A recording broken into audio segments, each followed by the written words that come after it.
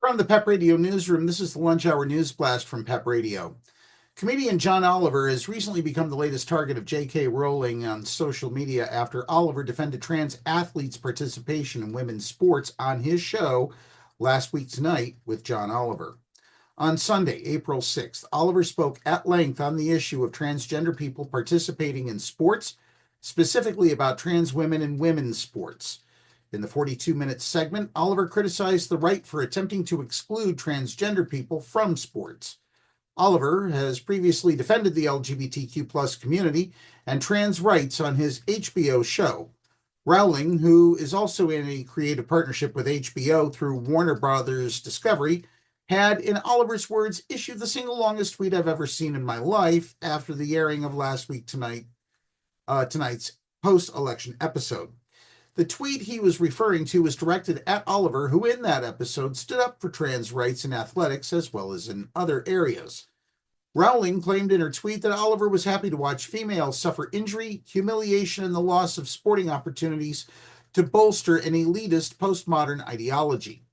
Oliver joked about and referenced this in his recent episode.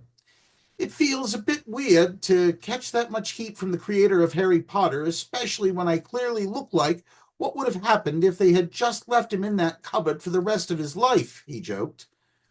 The tweet would be referenced again in this episode as Oliver dove deep into the falseness of a popular statistic the right bandies about, that 900 cis women had lost medals in sporting events to transgender athletes. In what Oliver jokingly calls J.K. Rowling's latest tome, Oliver highlights a passage she wrote reading, "According to the UN, female athletes have lost nearly 900 medals to trans-identified men competing against them in women's sporting categories."